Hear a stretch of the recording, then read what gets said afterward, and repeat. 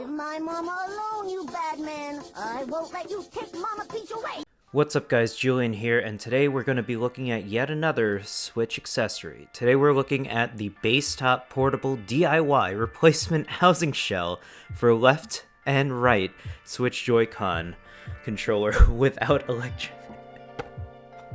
That's a ridiculous name, but basically it's the atomic purple Switch Joy-Con shells that you can buy on Amazon right now for about $22, depending on when you buy it. It does have a lengthy process of switching out the shell. It's not just as simple as unscrewing screws.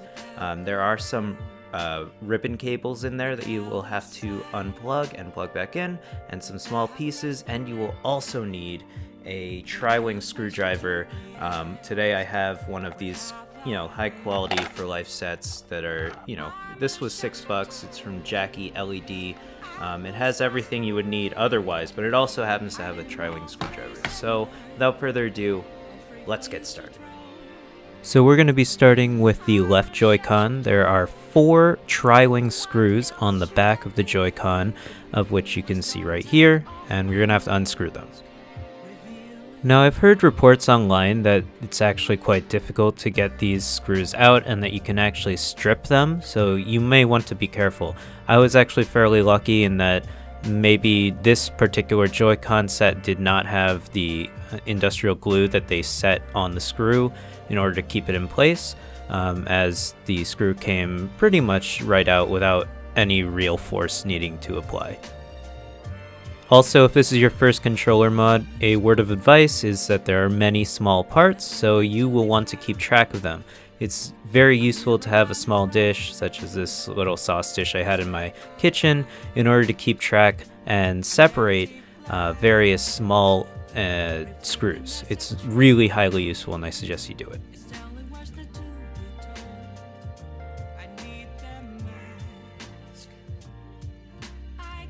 So once you've removed the 4 screws, all you actually have to do after that is, somehow pry open the controller. If you have something thin, you can get it in the seam, then I highly suggest you use that. Otherwise, it looks like, I just used my nails in order to do it.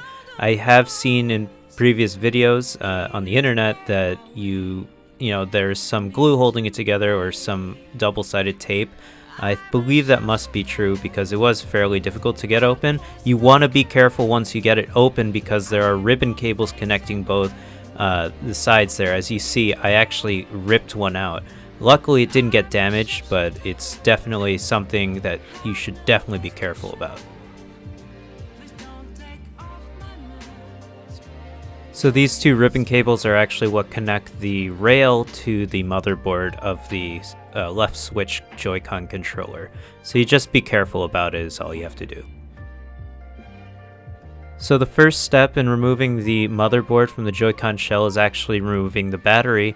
It's only held onto the plastic separator by a piece, I believe 2 pieces of double-sided tape. So it's easy enough to get under with, a pair of tweezers or something thin, and just, ease your way in and just pry it off.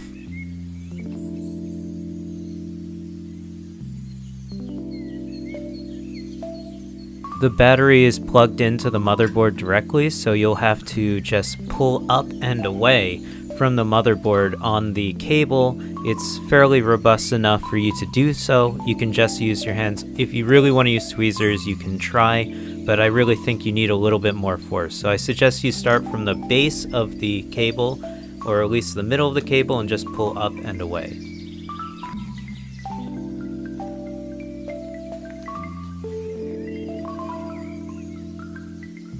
Next up, we have to remove the plastic separator that houses the battery and also the ZR button, or the ZL button. And this is held onto the motherboard by 3 Phillips head screws. So you're just going to have to unscrew those. And then it's also connected to the motherboard by a ribbon cable, which connects the ZL or ZR button to the motherboard. So you want to be careful when you remove it, just like when you're prying open the Switch controller, because there are ribbon cables that connect everything together.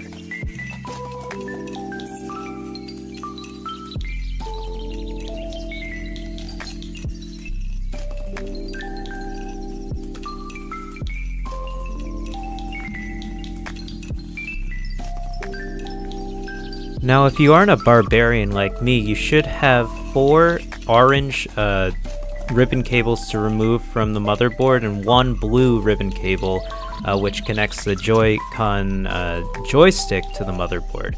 These are all can all be easily removed if you know how to remove a ribbon cable, but if you don't, there is a little gray switch or a latch that you can unhook, and that's what really secures the ribbon cable to the motherboard. You can also remove the R button or the L button right now if you want to.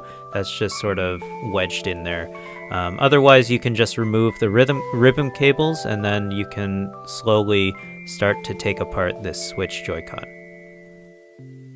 You'll also want to keep in mind that these are actually much easier to get out than they are to get in. Sorry, I'm trying to focus my camera, which I can't do, but that's just something to keep in mind. It's mostly because of angles, which you have to insert them. They go in horizontally, or rather parallel to the motherboard, and that can be difficult to get back in because they are fairly rigid as you can see, they're kind of springy, and they don't really want to bend too much, although you can bend them easily. It's just you can't really, they like to spring back into the original position that they were in. So you want to be careful about that, and try not to force anything out, although they should come right out of the socket pretty easily.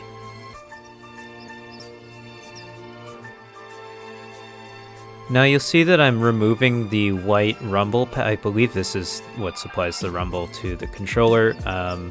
I'm removing it from the casing. I actually suggest you don't do this. This is something I thought needed to be disconnected, but it actually doesn't at all. You can continue with the ribbon cables and then leave this plugged in. I think this is the rumble pack. I'm not sure. But you don't have to disconnect that at all. You can leave it connected to the motherboard and then remove it once you're remove the motherboard with the white pack connected. Once you remove the motherboard from the shell.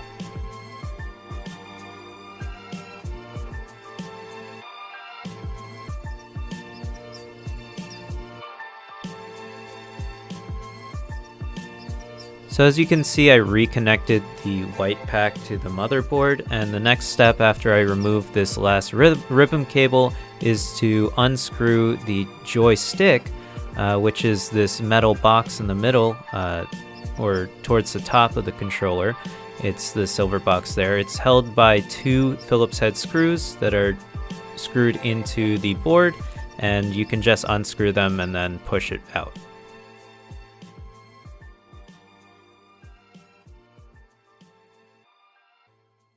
When removing the joystick, you want to be a little careful. There is a little black ring around that's actually put there in order to keep dust out of the controller. You can see it got hooked on the edge of the joystick. You want to be careful about that because it can rip. It's fairly thin, so just be careful about it. It's not too difficult to get off though.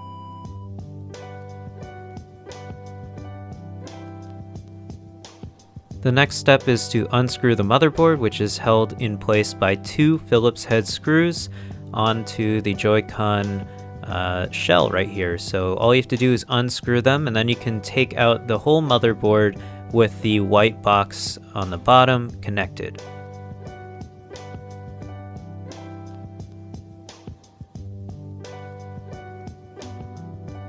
So you want to be careful at this point because now you actually have a lot of loose parts, which are all the buttons on the Joy-Con.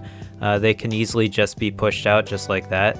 So just be careful about that. If you want to keep these buttons, then you'll have to transfer them over to the other Joy-Con shell. Otherwise, you can just use the provided buttons in the pack. Now the last thing you'll need to remove from the Joy-Con shell, minus the buttons and the dust guard, is actually the sensor for the R button or the L button, depending on which Joy-Con you're doing. And this should come out with 3 Phillips head screws that you can clearly see right there.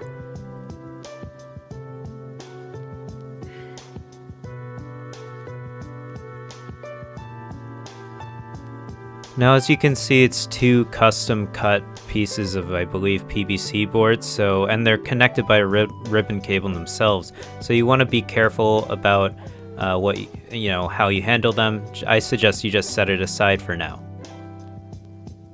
So next up, we can finally move on to replacing everything and putting things into the atomic purple shell. Now, what's nice about this pack is they do provide a set of screws and also buttons for your controller, which are different color buttons. It's fun or whatever. If you want to use them, feel free to use them. Otherwise, you can just replace them with the actual switch buttons. So all you have to do is now start with the top part of the shell, and then we can transfer over all the buttons that are necessary. So actually it doesn't come with a home button or a capture button and a plus or minus button, so you're gonna have to use those from the Switch whether you like it or not in this particular pack. But a nice part about the engineering of these buttons is they're all pretty straightforward. I don't think you really should have much trouble fitting them in place. It can get a little finicky as you know, they're going to be depressed if you do it on a flat surface, so you might want to put it on maybe like a bowl or something. I don't know, anything that will allow it to fit into the socket. It might help you if you want to try that. Otherwise, the buttons fit right into the exact place that they should fit in, and you want to place the rubber cover on top of them once you're done.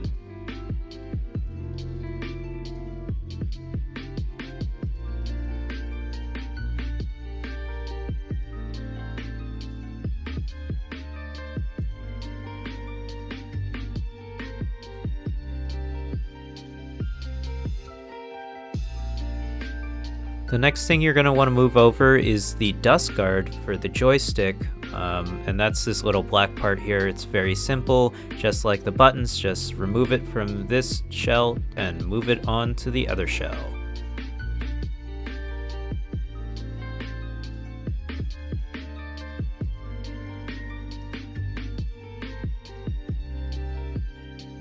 And after this, it's pretty much just do everything in reverse now. So we're just going to have to screw on the R button or the L button sensor right here in the same exact spot that it was last. That's 3 Phillips head screws if you forgot, and just screw them right on in.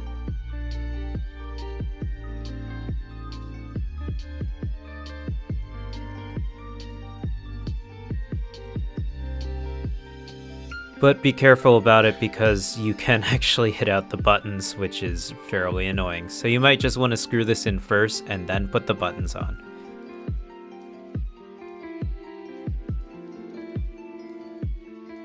So now comes reassembly part. First we're going to have to put back the motherboard into place and place the white rumble pack into its little slot on the Joy-Con, and then we're going to have to screw it in.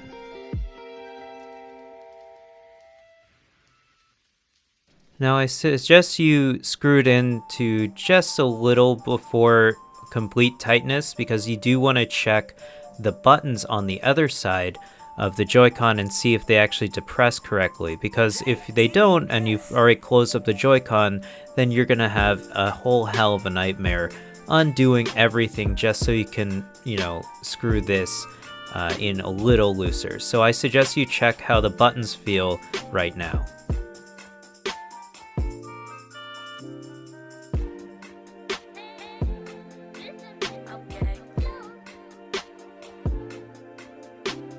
Once you've checked all the buttons and they're correctly tightened, you want to put in the joystick. This you can easily align with the holes for the screws to go in, and you don't have to worry about it being the incorrect orientation because it should fit in right this way. The blue ribbon cable will only reach the correct spot if it's in the correct orientation, so don't worry about that too much.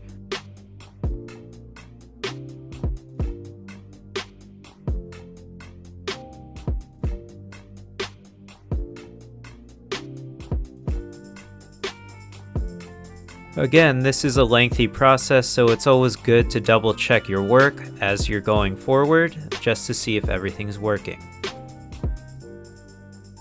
There are still two more things connected to the old Nintendo Joy-Con shell, which are the rail that actually connects to the Nintendo Switch itself as the console, and of course the release button. These are fairly easy to remove. It's just one Phillips head screw that holds in the rail, and the release button is held in place by the rail. So all you have to do is remove the rail and then remove the button. And then you have to put them on the back of the Nintendo Switch new Joy-Con Atomic Purple shell, and then that will be pretty easy if you just do the exact steps, but in reverse.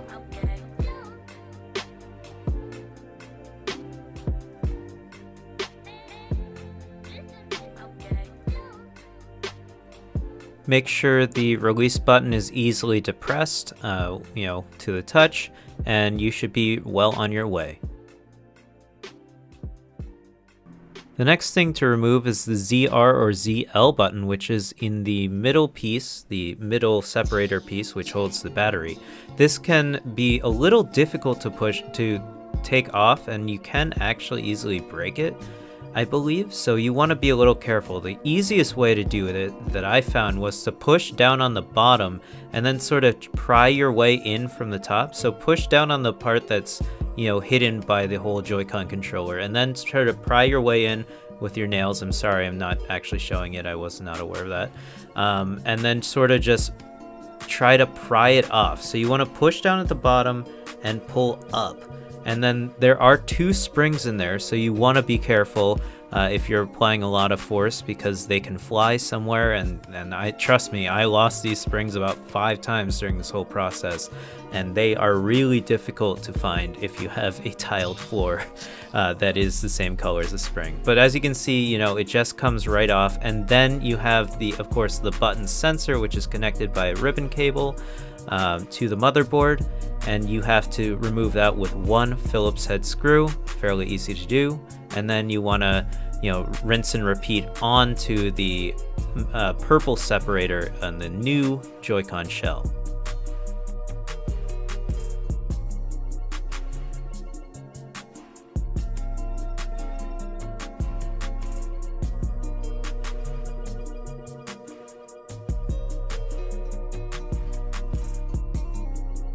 So what actually makes this difficult is that once you have the springs in place, you have to align them onto 2 pegs on the purple part, and then you have to align them onto 2 pegs on the actual controller piece, the ZR button or the ZL button. The one word of advice I can have for that is, once you have that aligned, just push directly down onto it and don't worry about alignment. You want to get those springs in place and sandwiched in place by the plastic piece and of course the button itself, and then you can readjust yourself from there.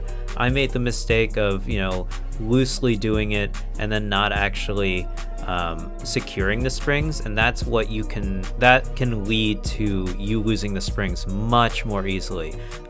You just have to apply a little pressure and get it to snap into the 2 little prongs that are on top of the sensor. Sorry, I can't really zoom in here, but that's what you have to get. You'll see it when you actually look a little closer at the button itself. They just snap right onto that, and you just have to apply a little bit of force onto it. Don't worry about breaking it. I think this is pretty robust when you're putting it back into place, so don't worry about that.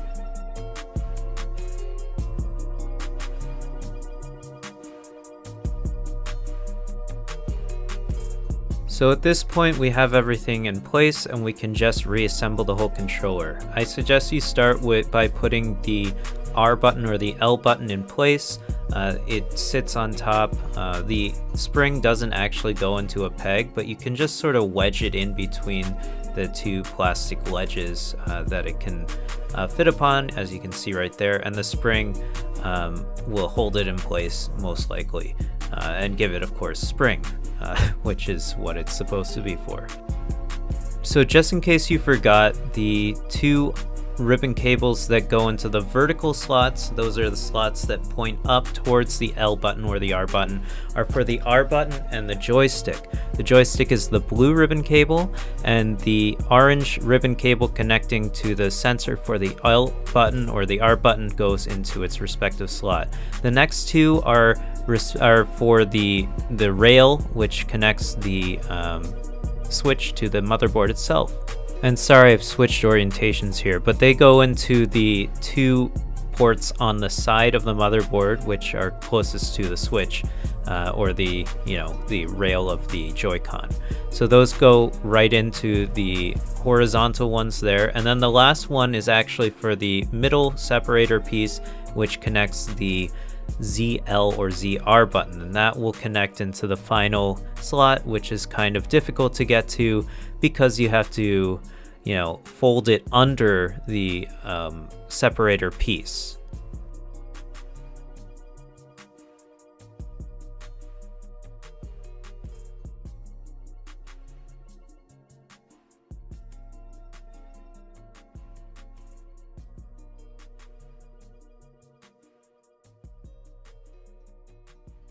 With a little bit of dexterity, and I highly suggest you use a pair of tweezers because they can really help out, you will be able to get this done. This is of course just the left Joy-Con. The right Joy-Con is pretty much the same process, but with a few key differences I'll go over next. But you want to make sure this ribbon cable is actually under the middle separator piece, so it doesn't get sandwiched in between when you start screwing everything into place.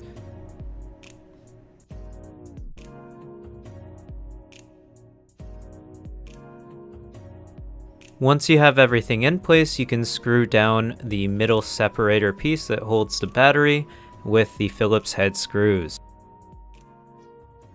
Once the middle piece is in place, you can place the battery back on it in the correct space, and then you will have to reconnect the battery to the motherboard. The battery has a rather rigid wire, so you will have to bend it a little bit, at your will, of course, and then you can pretty much just press it back into place onto its socket. This can be done with tweezers, I suggest, but if you can fit your finger in there, then go ahead for it. If you're having trouble like my dumb barbarian ass, you can actually take the battery out of its socket and then readjust the wire that way, and then put the wire into the socket first and then put the battery in its place.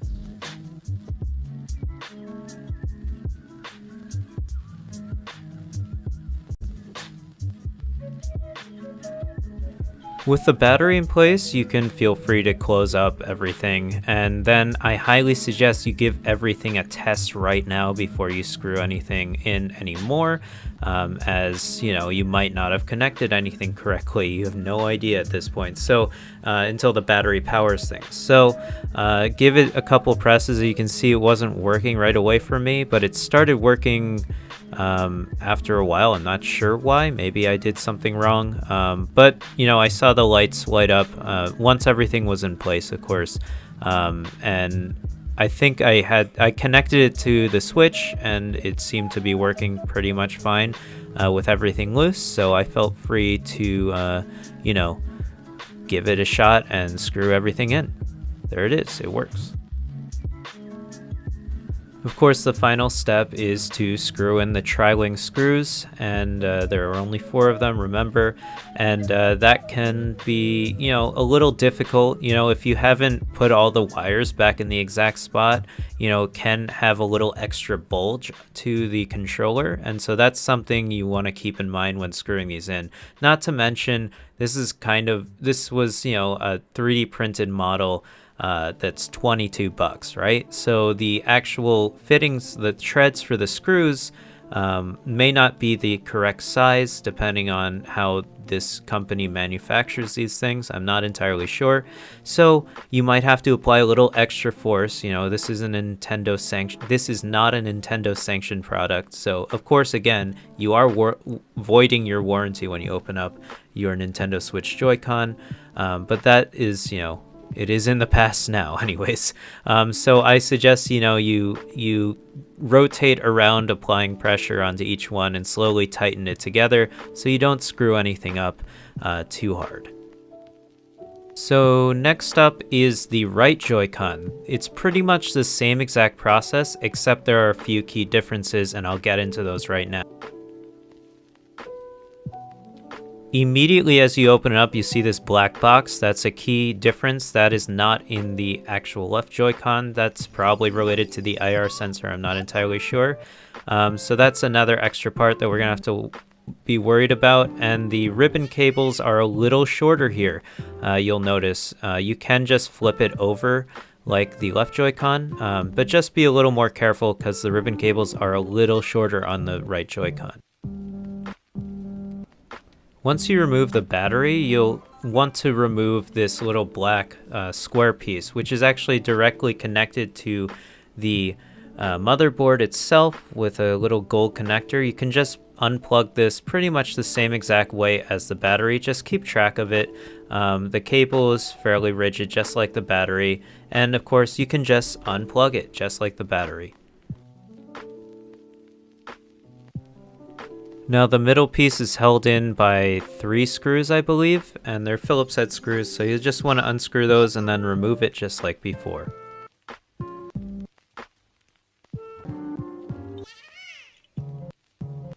Now you notice once you remove the screws that the ribbon cable connecting the ZR button is much shorter than the ZL button. So just be careful about this and you'll just remove it like you did on the ZL button, lifting up the latch. There are 3 other ribbon cables that I suggest you remove. There is a 4th one aside from the ZR button, of course, that is connected, and that it goes under the motherboard. I actually ended up removing that. You don't have to remove that at all.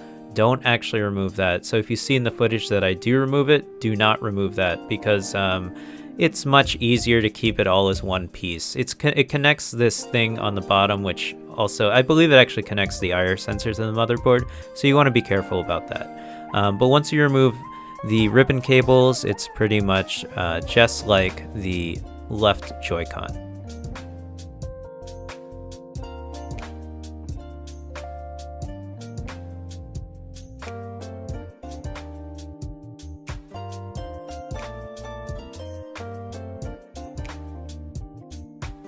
The only part where it differs is right here. Actually, there's this black frame on the back of the motherboard that it's connected to by a ribbon cable, I believe. And then this is what you have to sort of pry off. It's connected by a double-sided tape, so it's not too difficult to get off. All you have to do is just sort of peel it off. It's pretty easy to do. Just go ahead and peel that off right now.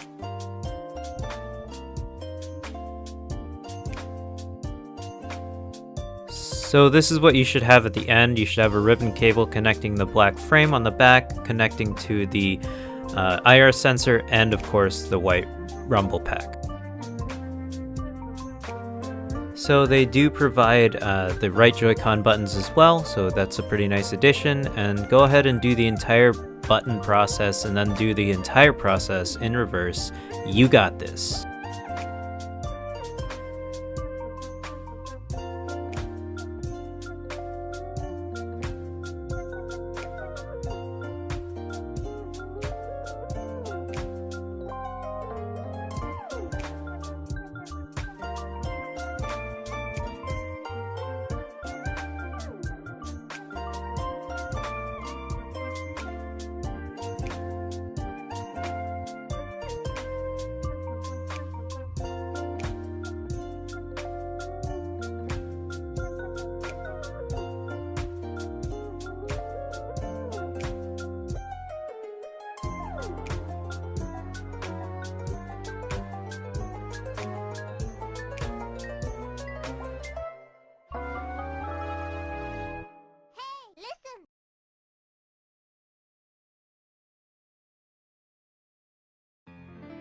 So there you have it. I've replaced the 2 Joy-Cons left and right, and they look pretty cool, man. I must admit. The buttons are pretty nice. I don't like the yellow color. It's a little, you can't really see the white ink on the yellow B button, which is kind of annoying. And but otherwise, you know, this took me almost all day to do. It took like 2 hours to do, actually, you know, about an hour per Joy-Con. So that's not an incredible amount of time commitment to do. Otherwise, you know, it does look really cool. It does look pretty close to the original purple color, see-through, I guess, atomic purple color for the Game Boy Color. And of course on the Nintendo N64 as well, which was pretty cool. So this was a pretty faithful recreation. The only gripe I might have is the actual texture of the plastic. As you can see on the regular Joy-Con, you have this matte finish, which is, you know, a little more grippy. This, however, is smooth plastic, so that's something to keep in mind. And of course, you can easily break your Joy-Con if you're not incredibly careful. There are a lot of small pieces. There's 2 small screws for the ZR and ZL button, and those I lost about 5 times somehow, even though there's only 2 buttons. I don't know how I lost them so many times. So that was frustrating. Be very organized. There's a lot of small screws. There's a lot of small springs. And otherwise, you know, if you're, you know, capable of doing things like this, and this is the type of thing you do all the time, this is an easy job for you, I can imagine. But with that, you know, I hope you guys enjoyed the video. I hope it was educational. I hope you learned how to do this yourself through this video. And, you know, don't forget to check out all the other content on this channel. We've reviewed 2 other Switch products, accessories, the USB Hori USB stand, which is pretty cool, allows you to use USB controllers and attachments on your handheld Switch mode. So that's a pretty cool stand. We also looked at the Switch grip, or flip grip, I believe, which allows you to play in vertical orientation of the Switch, but allows you to attach the Joy-Con here. So that's a nice grip that's also pretty cheap. Go ahead and check those videos out if you think you want to. Leave a like on the video as well. Don't forget to subscribe to this channel for more content like this. Until next time, I'm Julian, and I'll catch you guys later. Peace out.